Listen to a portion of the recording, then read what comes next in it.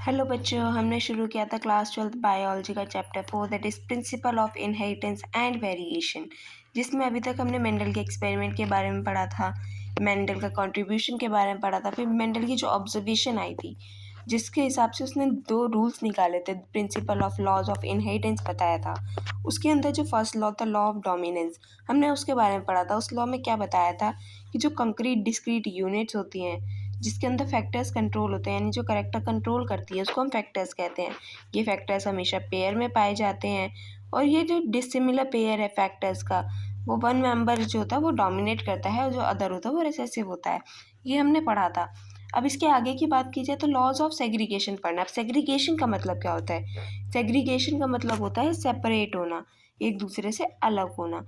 तो जैसे कि आपको मैंने मेंडल के एक्सपेरिमेंट के टाइम पे बताया था, जो पेरेंट्स होते हैं उनके जो होमोजाइगस पेयर्स होते हैं ना उनके अंदर एलील्स के, या कैपिटल टी होगा और जो दूसरा पेयर होगा उसके अंदर क्या होगा, स्मॉल टी होता है, क्योंकि हम पेरेंट्स में वही लेते हैं जो एफ जनरेशन लेते हैं।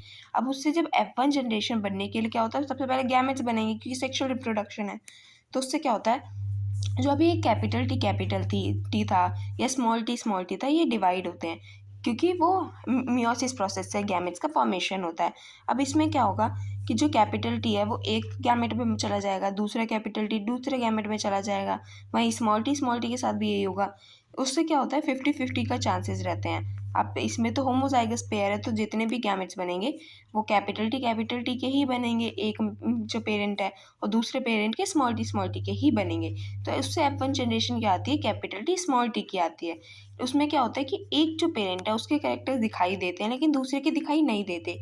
अब क्या होता है F2 जनरेशन जब आती है उसमें दोनों के कैरेक्टर्स दिखाई देते हैं। क्यों? क्योंकि उसमें जो F2 जनरेशन है उसमें जो रिसेसिव कैरेक्टर्स है वो भी वापस से एलील का बना फॉर्मेशन करके होमोजाइगस हो जाते हैं और उससे उसका कैरेक्टर दिख जाता है।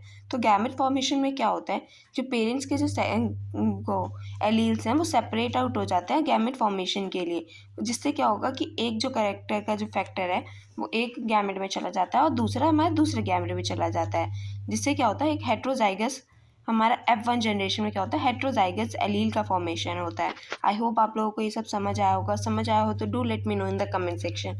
और इसके बाद हम इनकम्प्लीट डोमिनेंस के बारे में पढ़ेंगे, तो जो कि एक बहुत इंपॉर्टेंट टॉपिक है as per board point of view और नीट के पॉइंट ऑफ व्यू से भी। So stay tune to the channel और चैनल को सब्सक्राइब कर लीजिएगा, बेल आइकन प्रेस कर दीजिएगा और इस वीडियो को लाइक भी कर दीजिएगा।